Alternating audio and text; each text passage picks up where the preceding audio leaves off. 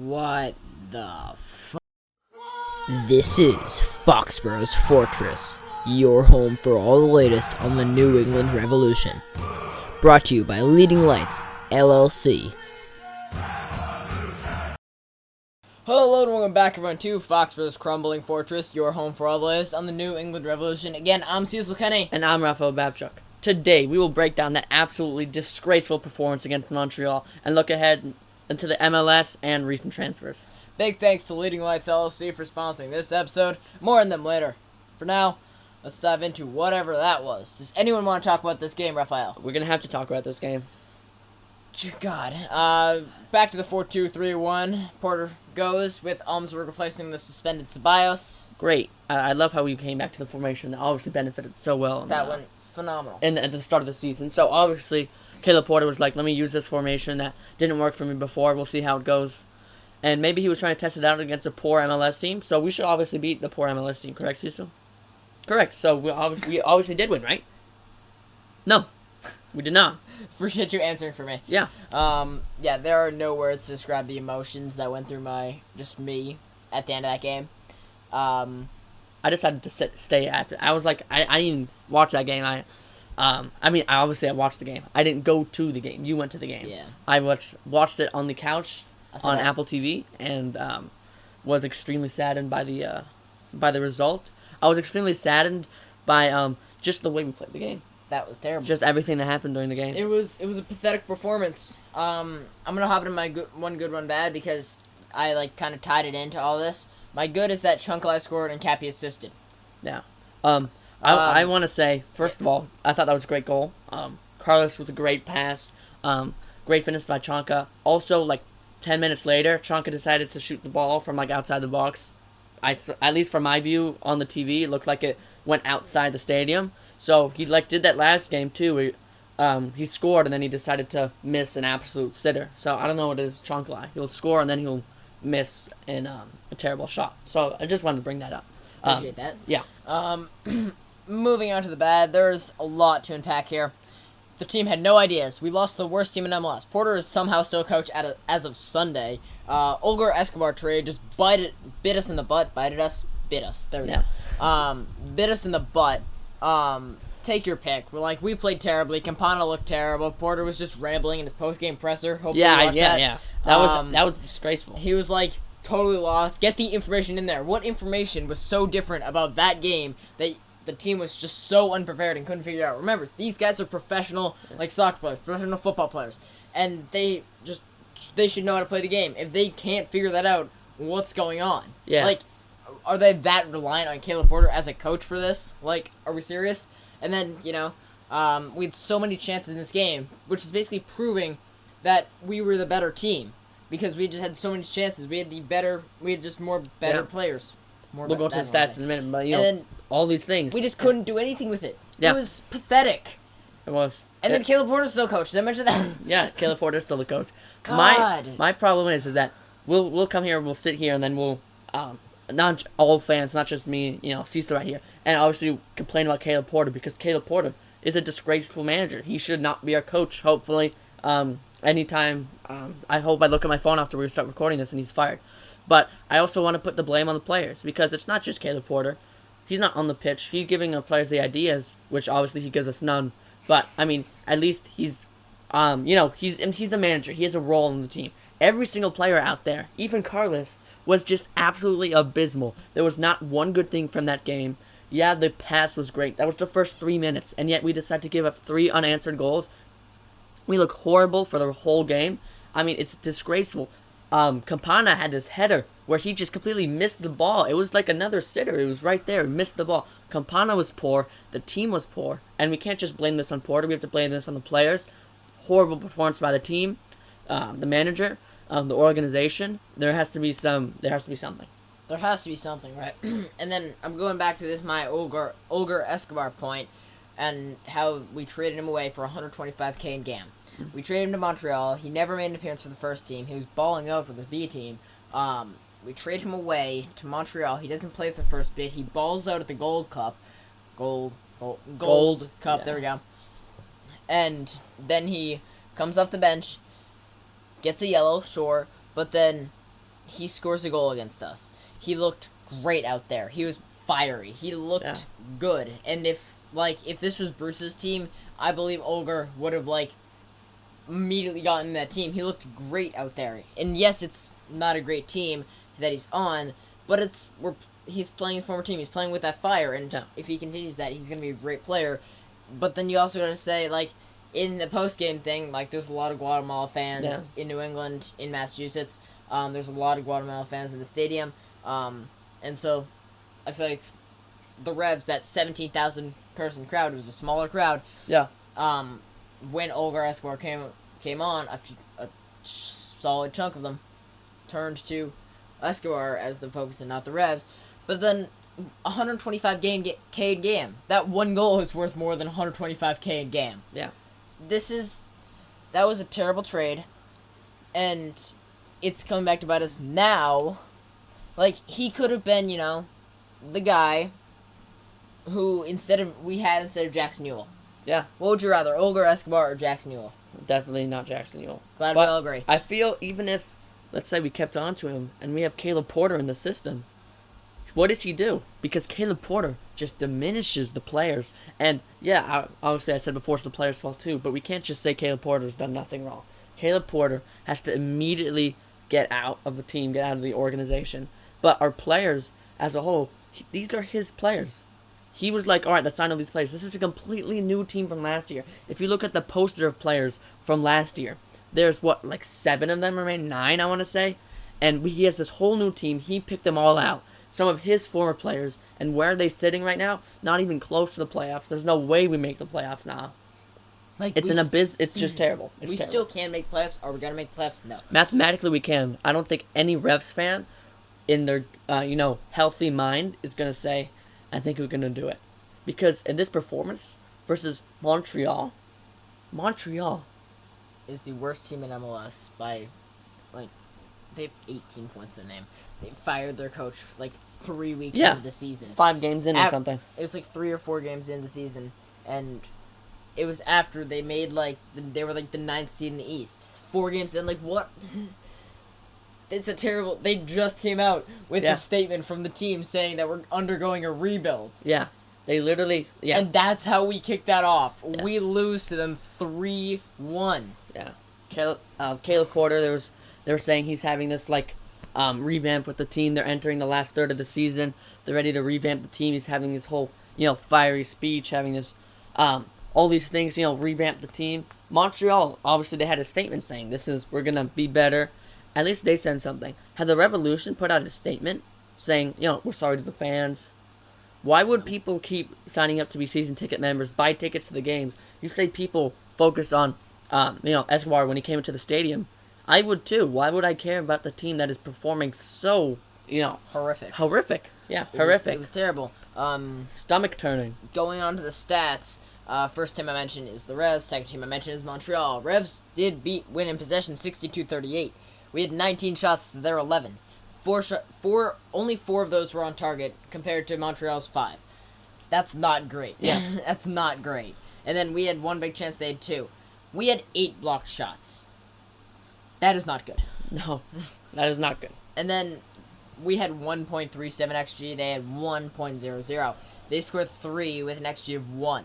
We scored 1 with an XG of 1.4. That's so bad. That's pathetic. That is terrible. I have to say, even when we were going, we were up 1-0, and I think we scored in the 3rd minute. Yeah, we were up 3-0. We're like, oh, we got this. And I was listening to, on Apple TV, you have the ability to change the announcer to the local. And not only was the announcer so enthusiastic, it wasn't even cool. It wasn't even fun to watch. But that's not my criticism here. My criticism here is that immediately, they scored, I think, in the 10th minute or 11th minute, Montreal, after we scored that initial goal. 9th minute. And then they were just the better team with us. Yeah, we had some changes later on at the end of that first half. They were just completely, destroying us in terms of, the stats says different. But we were not running out there. We were not trying out there. The players have given up because the coach has given up and the organization has given up on this team. And if it starts from the top, it's going to go all the way down to the bottom. It was terrible. We only used 2 subs. And I'm going to go on another rant. This is my second rant or third rant of the podcast. There was 2 subs used. My highlight is Rudy for Eli, but not even that. Subs were pathetic from Porter. So we're chasing a goal the entire second half, right? We're losing 2-1 after a 36-minute strike from them. And the first sub he makes is in minute 75, center back for center back. Yep. And in the famous words of Raphael Babchuck, the person being subbed on Tanner Beast, and he just needs to get better. Yeah. But right, yeah. He just needs to get better. We only had 2 attackers on the bench. We had a Rudy and we had Diaz. That's already pretty bad. But when you're sending in when you're trading center backs, when you're chasing a goal, terrible. It's just bad. And then you're taking out your attacking fast, like fullback, Eli Feingold, for Maxi Rudy, a slower striker, while you're still chasing a goal. Yeah. And so I said this a few episodes ago with Tom Penzone. Go check that out if you haven't already. I've said it before. Give me the Revs 2 guys. Just give them a shot. Like, please. How much worse can Liam Butts, Alex Moniz, and Gervak Thuribian be than Luis Diaz and a Rudy? Oliveira, Oyerwa, Thuribian, Butts, Moniz, Diaz, and Malcolm Fry. Yeah. Like, give him a shot. We had 2 attackers on the bench. And we used one of them. Not only did we use one, we decided to summon a defender.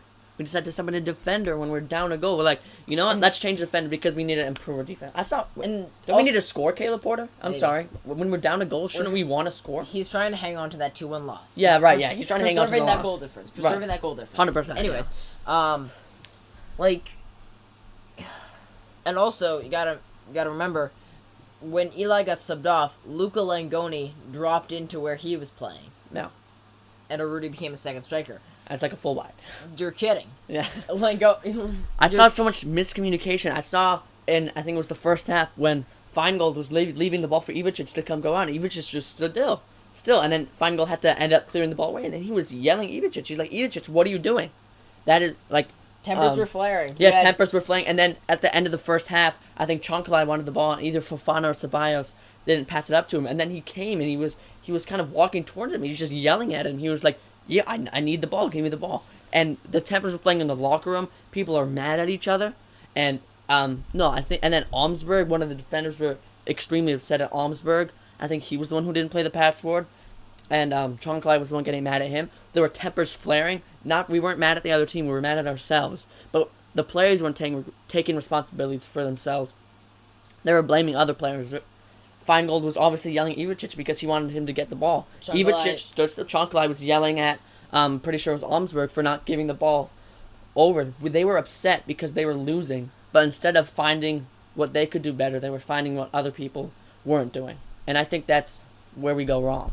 Because, yeah, you know what? Ivicic should have went out and got that ball, and Feingold telling him to do it. Maybe Almsberg should have played that ball through instead of passing it in the back to wait for the halftime whistle to blow. But then you have to also say it in a calm, collective manner. If you don't, if me and Cecil are on the same team, I'm yelling at him to give me the ball, I don't think he's going to want to pass it to me, I'm never going to pass you. Exactly. So. Yeah, but I think we got to be smart teammates, and then, I'm obviously not in the Revolution, but they have to be smart teammates, and if we keep yelling at each other, the morale's going to go down, and with a team with poor morale, there's no way we have any success. No. Predictions about the game. We all predicted 2-0 with me and Cameron. Go check out our episode 23 with Cameron Benefit. Last episode, go check that out, and go follow him at CamB11_, I believe. That was from memory. Yeah. Just give you a thumbs up. There's no camera. But me and Cam both said 2-0. We both predicted Langoni to score, but he predicted Callas, and I predicted Campana, and then you predicted 2-0 Montreal. I did. I think, yeah. You actually got semi-close, and I'm not happy about it, but hey, Caleb Porter might be... I kind of expected such a disgusting performance. I'm sorry. And I want to give some information on... Not information. I want to talk about Carlos Hill for a second. Okay. He's our all-star. He's our number 1 player. Okay. Agreed? If you ask any, Revs fan, who's our best player, they're going to say Carlos Hill. No. Has he been... You would say Yusuf. You'd say Yusuf. You would say Yusuf. Some would say the ghost of Ben Sweat, but that's for another time. Okay, yeah. But if we're wow, I just totally got sidetracked. No, but if you're asking Revs fans, Carlos Hill is our best player. Has he been performing up to par? Do you think this season? Semi-bit. Semi-bit. If he's our all-star and we're losing, I think he has to step up. But I was so disappointed last game. Yeah, he made a pass for the assist, but I know everything doesn't have to fall on his shoulders and other players have to help out. He should, be that leader. He should be the one, as the captain, telling players where to go. He should, use his right foot more than once a game instead of just relying on his left foot. He should, put the team more on his back because, yeah, I don't like it when we do that, but he's our captain and he has to step up. And I think he has been subpar this season, and he is part of the reason why we're not doing so well because our all-star isn't playing to the levels that he should. I disagree. Disagree. All right. Campbell made the All-Star game. He's been the best player by far on this team. Oh, I agree. He's been the best player on our team. It's not and his he's been fault. subpar. He hasn't been subpar. He's been the best player on this team by far, like always, and it's not his fault that we lost, but it is partially his fault because it is, you got to remember. This season, he has 8 goals, 5 assists, and 24 matches started. That isn't bad at all.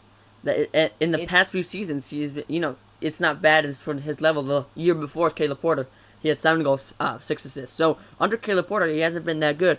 But when we talk about the seasons where we've been doing well, he has good match performances. Maybe the goal/assists on his other seasons are, not like 20 goals, 10 assists, but they're good. And you know what? We were doing well because he was uplifting the team. And because we're not doing well, I don't see our captain being vocal. That's a problem I have. Yeah. Something I do see in his stats. Yeah. Is he has more goals this year than he tended to have. Like back in 2021 when we won the Supporter Shield, he only had 4 goals, but he had 14 assists. This year he has 8 goals, 5 assists. That's not bad at all. But you got to remember, he's had at this time in a season, he's had more goals than assists. Normally, it's semi-flipped. In 22 when we did well, in 21 we did well, in 2019 we did well. He had more assists than goals, and now he has more goals than assists. He's having to do more of the goal scoring for this team. No, I agree because we don't have the goal scoring threat. No. But I also think if we're having such a poor season, and here's our best player, shouldn't our best player shine with the better stats? Like if we're going to, I'm trying to think of scenarios when you have poor teams, but there's a player on that team that's doing incredibly well. Like that happens when teams are not playing to their best level. But he has to improve in his performance. I also want to say one thing. He's been in New England since 2019, and we were at the players when they talk and everything. How much English does this guy know? It's not a ton. Not a ton. And you know what? It's not anything against him, but I'm just kind of a Red Sox fan here too. Raphael, we obviously traded him away. He was at the team for a while, and he never spoke. He had a translator the whole time, right? He never. If you're here, you want to commit to the team. I would want to learn the language, don't you think? Yeah. Probably. Like I feel like if you're a player moving to Europe, you're moving to Spain. I would want to learn Spanish. I believe he knows English. I would just believe he doesn't speak it. I feel like if you want to show commitment to the team, we should be speaking English when we're at speaking at press events, fan events, and I don't like it when players aren't committing themselves to the team. And yeah, I feel like he is, but I just want to see more from him. Not that he hasn't been amazing this season. He hasn't been. He's been subpar, and he's been our best player this season. But compared to his past seasons, I don't think so.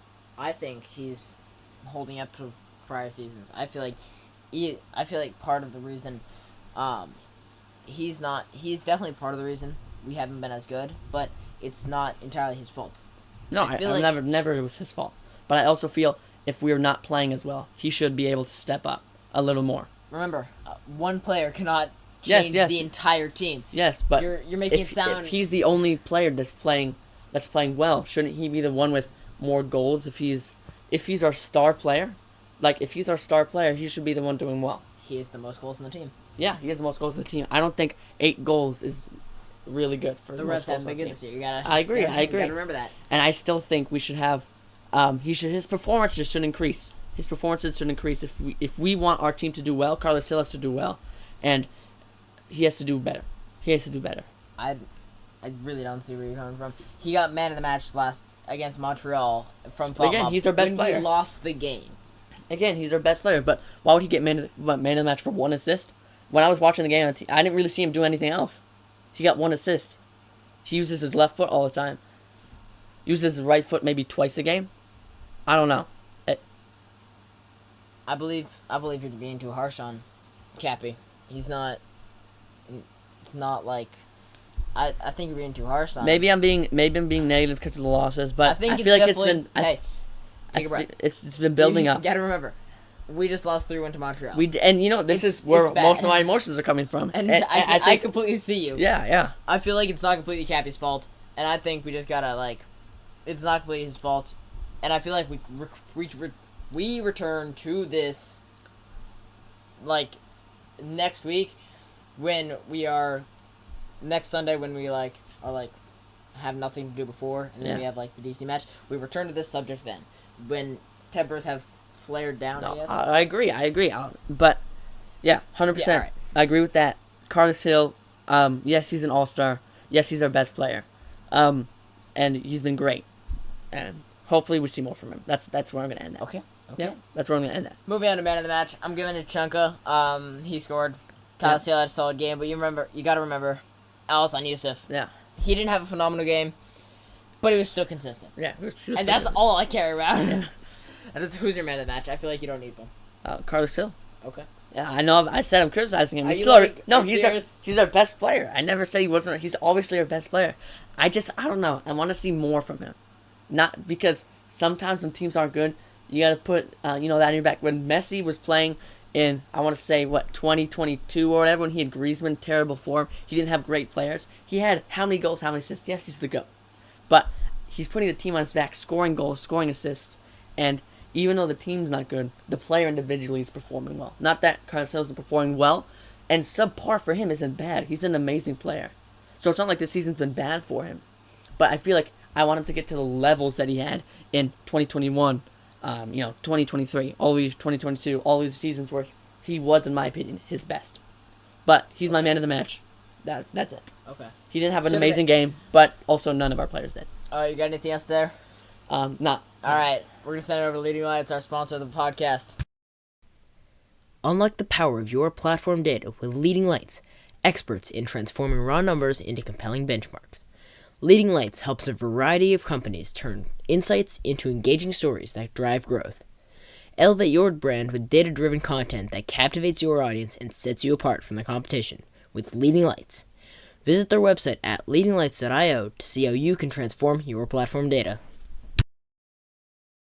Hello and welcome back, everyone, to Foxboro's Crumbling Fortress, your home for all this on the New England Revolution. Again, I'm Cecil Kenney. And I'm Raphael Babchuck. And today, for this second half of the episode, we're looking around MLS at just about everything. So, because we play DC in 2 weeks, so it's time for an MLS look around. We do this every little bit.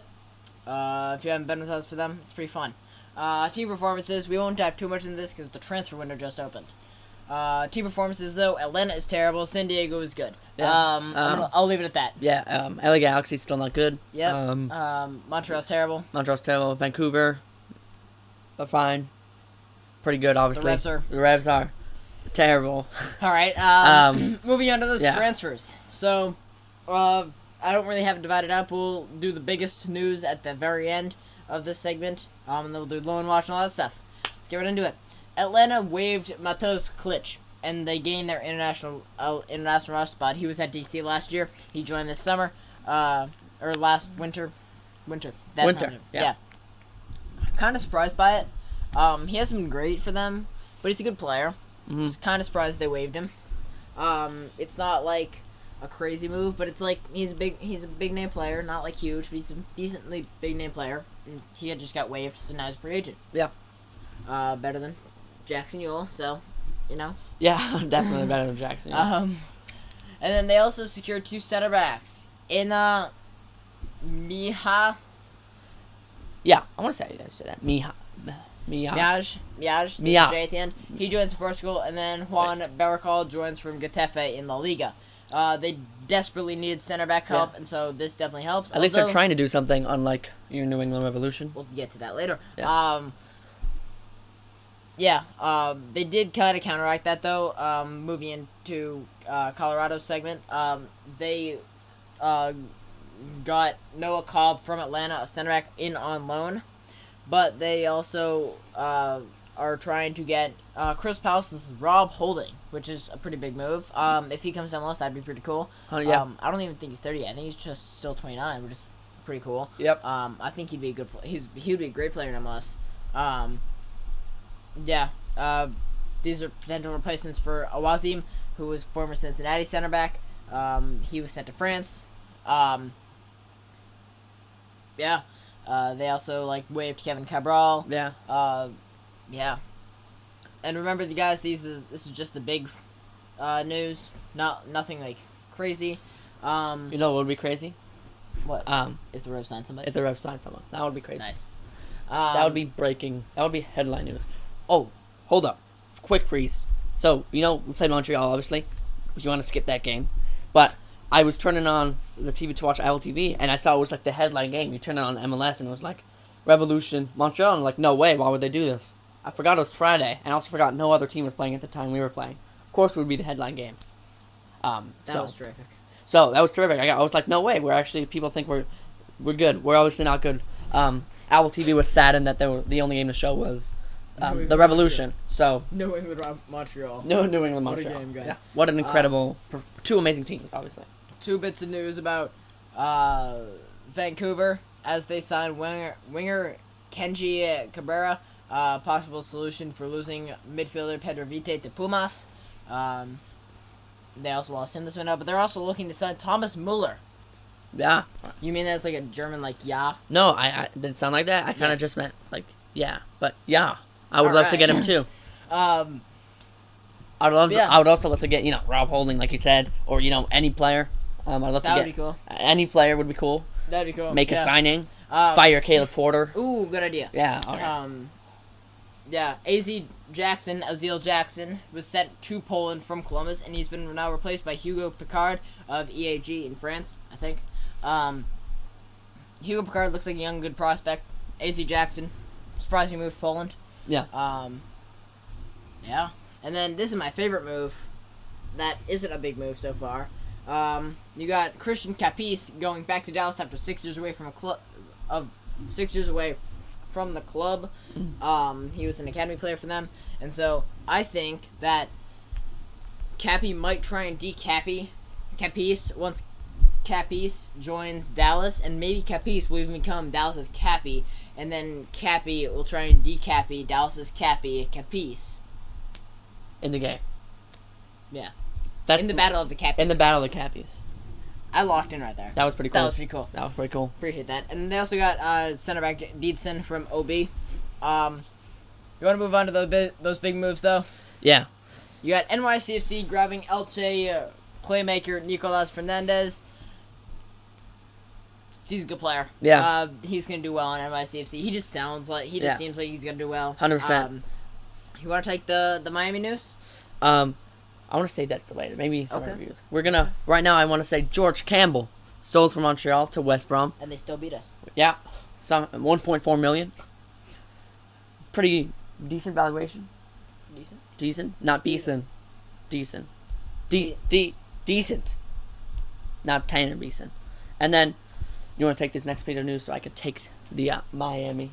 Patrick Agyemenda Derby for 7.2. Big move. Is he going to do well at Derby? I don't know. I hope so. Yeah, we'll see how he goes in the England. Is Derby right now in the second division, I want to say? Yes. Yeah. And then big news for Miami. Rodrigo DePaul joins Miami on loan. So, that's a big move. 100% big move. He's going to help them out. Obviously, he's going to help, Messi in Miami. I think that's probably the only reason. Seems like a really bad career move, but I guess he loves Messi that much. He wants to join the MLS on a short-term loan. Yeah. So, and Messi was suspended for the game against Houston. I think they didn't play Houston. They played. No, it was. Oh, I'm blanking. Cincinnati. And Messi and Jordi Alba, because they skipped out in the MLS All-Star game, were not allowed to play in that game. And obviously it's been said that they are visibly upset. Why would you do that to your star player? I have no idea. I wouldn't be surprised if Messi, after Rodrigo DePaul moves, Messi will make a 6-month loan to Barcelona before the World Cup. Okay. Just putting that out there. Is that all? Yeah, that is all the big transfers for now. Hopefully the Revs make a move soon. I'd really like to see Revs move. There will be an exclusive episode the minute we make a transfer. Yeah. And when Caleb Porter gets fired, I will. We'll sit here for 6 hours, and we're going to talk about this incredible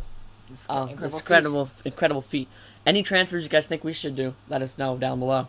And also, I got nothing else.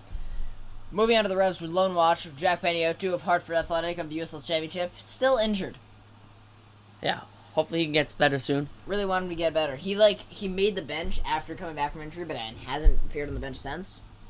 Maybe it flared up during training, I assume. Maybe he wasn't even fit to be on the bench. Oh, it came back. We'll get to this in a moment, but Caleb Porter hopefully gets sacked. We'll talk about who we want as manager when he gets fired, and then we want you guys to leave who you want in the comments down below. But continue with the Revs Loan Watch. Thiago Suarez of the Birmingham Legion, also in the USL Championship. They won over Forward Madison with a 6.8 flat mob score. And then, interesting note, RFC loanee Isaac Anking scored his first for the club for Madison. He's also a former Revs 2 guy, so that's pretty cool. Seems like the Revs are doing well outside of the actual Revs. Okay. Except for Paniotu. And then you got Max Weinstein. So we talked about him. He's loaned to Estonia for some reason. His team lost 6-2. He was starting at goalkeeper.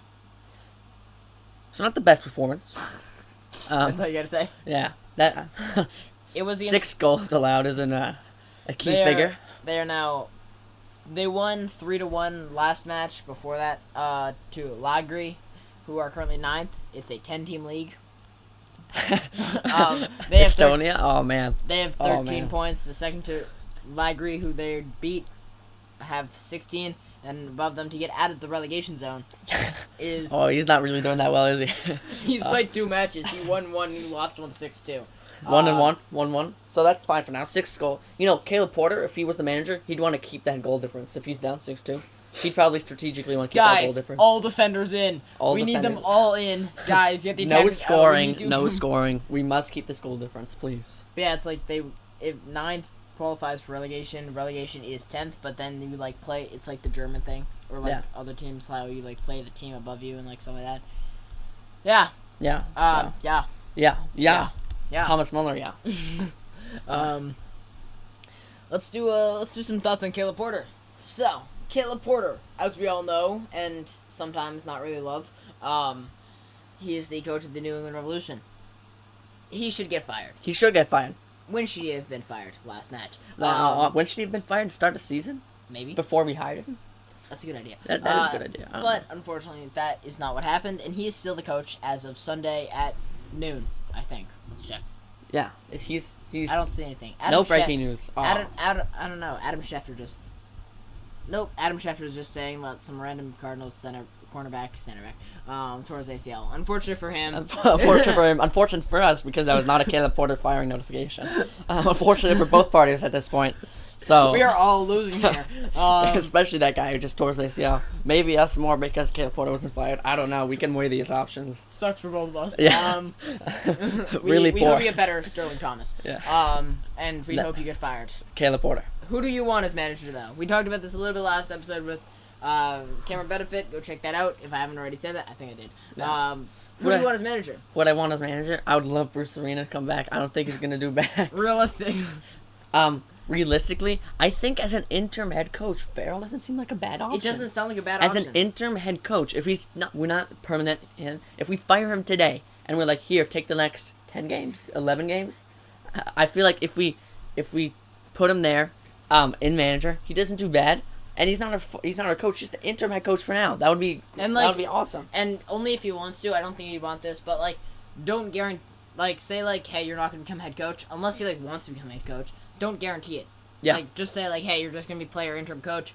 The players love him, obviously. Yeah. So I think that would be good for the morale and for the team. It would also be good for the fans, seeing as we do not have Caleb Porter. Also, who's in charge of putting Caleb Porter's outfits on in the morning? Is it his decision? Does he have someone who decides for him? I don't understand. He doesn't dressed like a manager. What? Yeah, you sent me a picture the other day in the Montreal game, and he just looked like some guy who was not a coach. And then He's getting comfortable. I know he's getting comfortable in the losses, so good for him. You know, keep on getting comfortable, Caleb. Anytime, also, I think I saw this. Anytime he brings out the tactics. Yeah, I know. They were showing he brought up on Apple TV. He brought up the taxes board. Like, what are you doing right now? That's where he moves them around just for like them to be like, oh, he's probably doing something. He has no idea what's going on. He's moving the magnets, and he has no idea what's actually happening. It's so funny. It's It's just like. And then he has like his assistant over there being like, so you want to sub a defender in for a defender after we're losing? And he's like, yeah, that seems pretty good. It's like a good idea. And then his press post-match conference, whatever. I don't even know. Caleb Porter, I wanted to trust him after we were doing well in the middle of the season. This is so bad. Like, it's honestly like, so bad. it's me and Cecil laughing right now for the pure just sadness and disappointment that we still have this guy as the head of our New England Revolution.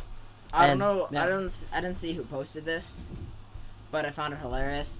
It was like the assistant when he's looking over, like, "Hey, what you doing?" And he was like, just trying to figure out. It's him with the tactics board.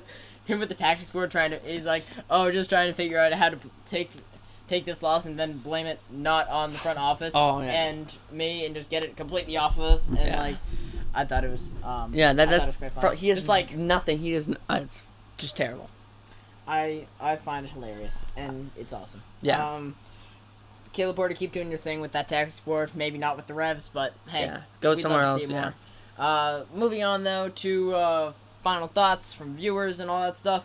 Nothing transfer related for the Revs, unfortunately. Hopefully soon, but it's not with Caleb Porter. Big shocker. Hopefully Caleb Porter and Curtin Alpha are both fired. Yeah. So then the transfer moves are made. But if like no one's gonna want to come here if our coach is about to get fired, so I don't know if we're gonna see anything for a while. We'll see. But we also made a lot of signings last season, which have obviously benefited us so well. Chunkle, did post this on Instagram though. I thought I'd mention this. He posted this in Spanish. Turning the page and moving on. Many times that is what football is about. Full thanks to the fans of the New England Revolution who, in spite of everything, continue to accompany and support us. There are three options here. A, Porter's out. Very unlikely. Yeah. B, he's been sent on loan, sold, or just let go. Less unlikely, but still out there. Or C, translation error, he's just like, he and the team are both like upset at the recent results, and they want to get better. I think that's what. And they're also like he's also thanking the fans for their continued support. I think that's what it is. Yeah. I might just be reading too much into it with the other stuff, but you know, 100%. You can see what I'm talking about. Yeah. Also, Okay. he scored. He's been good. He's been good. He's been good. Yeah. He's been better than Luka. I take back my words from last episode. Yeah. 100%. Luka's been Definitely. better now. Comments from viewers though. Bondu, I think that's supposed to be a U and not an I, but Bondu posted, "I think I want to stop watching this club." I think I agree with you. Yeah, I think I'm gonna continue watching. I run a podcast on the team. What is- about you? I'm also gonna continue watching in sadness. Caleb Porter is also going to be your coach in Maybe. sadness. Hopefully. Hopefully not. And then Revs Wolves posted, "Have you thought about changing your name since Foxboro has been a fortress since Arena left? If you notice anything different about our intro and our second half intro, welcome back to Foxboro's crumbling fortress." Yeah. Yeah. It's not obviously an official, but this is just how the team's Who playing. said it wasn't official? I changed it. I run this account. Yeah. No, honestly, crumbling fortress is just the way to describe it. Yeah. Just the way to describe it. It's terrible. And then in other headlines, Petrovic to AFC Bournemouth from Chelsea. Pretty cool move. Had his first game yesterday in a friendly versus Everton. The announcer pointed out that he played a lot of football in America with the New England Patriots before coming across the pond. Thank you, guys. Yeah, Thank you. I saw that. Thank you to Caleb Pongratz for that and the video clip down below. I think it was Footy New England. I could be wrong. Could be Sunday afternoon fullback. Did play. You know, crazy thing is, the Patriots do play football. Just not with Petrovic in the team. You can't prove that. According to this guy, no. I'm reporting to the NBC announcers. Appreciate you guys. Yeah. With that being said, you got anything else to add? We got to bounce back. Ooh, thank you. We gotta bounce That back. was Yes. With that being said, though, make sure you guys are following us at X at Foxboro Fortress. Make sure there's no S. I don't know why. 15-character limit, I guess. If you're on YouTube, make sure you're subscribed. If you're on Spotify, make sure you're following. Come under DM us with your questions or comments. Thank you, Leading Lights LLC, again. Next episode is coming Monday. Our Instagram for Foxboro's Fortress should be up soon. My personal Instagram is up at the Cecil Kenney. Please follow me there. Appreciate you guys. Foxboro's Fortress Instagram will be up soon, though. But this was Foxborough's Crumbling Fortress.